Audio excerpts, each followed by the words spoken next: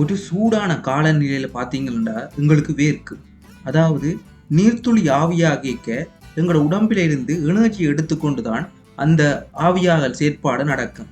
இதனால அந்த இடத்துல ஒரு எனர்ஜி பற்றாக்குறை இருக்கும். ஸோ அந்த இடத்துல டெம்பரேச்சர் குறையும். இதனால தான் எங்களுக்கு குளிர்றது. இதே தத்துவத்தை வச்சு கொண்டு தான் நாங்கள் அன்றாட வாழ்க்கையில் பயன்படுத்தப்படுற ஏசி வேலை செய்யுது. இன்றைக்கு நாங்கள் இந்த ஏசி எப்படி வேலை செய்யுது, அதுக்கு பின்னால் இருக்கிற சயின்ஸ், அது எப்படி வடிவமைக்கப்பட்டிருக்குது, அதுக்கு பின்னால் இருக்கிற இன்ஜினியரிங், இதுகளைத்தான் பார்க்க போகிறோம். வாங்க வீடியோக்குள்ளே போவோம். இது கிரியேட்டிவ் எஃப்னா.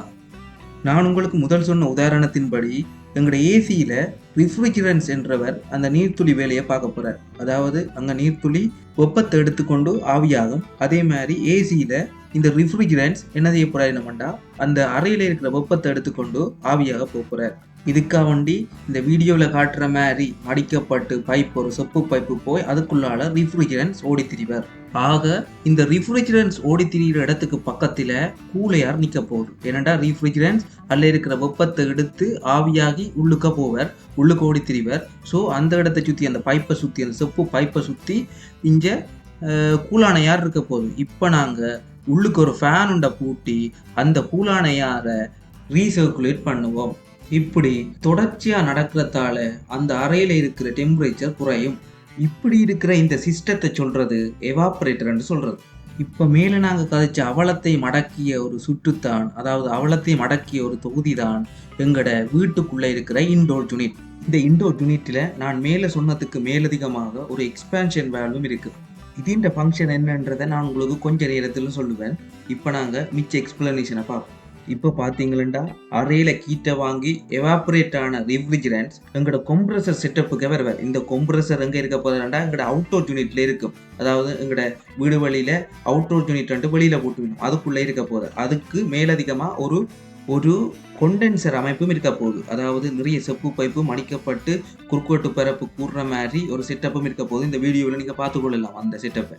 இப்போ எவாப்ரேட்டர்லேருந்து வெளியில் வர ரிஃப்ரிஜரன்ட் டிரெக்டாக கொம்ப்ரஸருக்கு போய் கொம்ப்ரஸ் ஆகி, அதாவது கை ப்ரெஷரில் அவருக்கு டெம்பரேச்சர் கூடி இப்ப கை டெம்பரேச்சர் வேப்பரா வெளியில வருவார். இந்த வேலைக்காக வேண்டி ஸ்க்ரோல் டைப் கொம்ப்ரஸர் என்ற ஒரு ஸ்பெஷல் டைப் கொம்ப்ரஸர் பயன்படுத்தப்படும். கொம்ப்ரஸர்ல இருந்து வெளியில போற இந்த கை டெம்பரேச்சர் ஏஆர் கொண்டென்சர் அமைப்பில கூல் பண்ணப்பட்டு கிட்டத்தட்ட வெளியில 50 பாகசியில லிக்யூட்டா வெளியில போகும். திருப்ப இந்த 50 பாகசியில இருக்கிற லிக்யூட் ரிஃப்ரிஜரன்ட் எங்களோட எக்ஸ்பேண்டர்ல, அதாவது இன்டோர் யூனிட்டுக்கு போய்க்க எக்ஸ்பேன்ஷன் வேல்வின் உதவியோட, அதாவது அங்கே குறுக்குவட்டு பரப்பு குறையிற மாதிரி இருக்கும். பார்த்தீங்கன்னா தெரியும் இந்த வீடியோவில், அதுதான் எக்ஸ்பேன்ஷன் வேல்வ். இந்த எக்ஸ்பேன்ஷன் வேல்வின் உதவியோட சிறிய சிறிய துகள்களாக வெளியில விசிறப்படும். அதாவது அங்கால இருக்கிற செப்பு பைப்புக்கு விசிறப்படும்.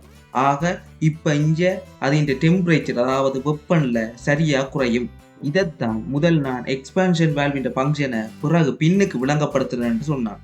இப்ப இங்க விசிறப்பட்ட சிறிய துளிகள் என்விரான்மெண்ட்ல இருக்கிற கீட்டை எடுத்துக்கொண்டு ஆவியாகி திருப்ப ஒரு மீள் சுழற்சிக்கு உள்ளாக்கப்படும். இப்படித்தான் தொடர்ந்து கண்டினியூஸா எங்களோட ஏசி ஒர்க் பண்ணி கொண்டு இருக்குது.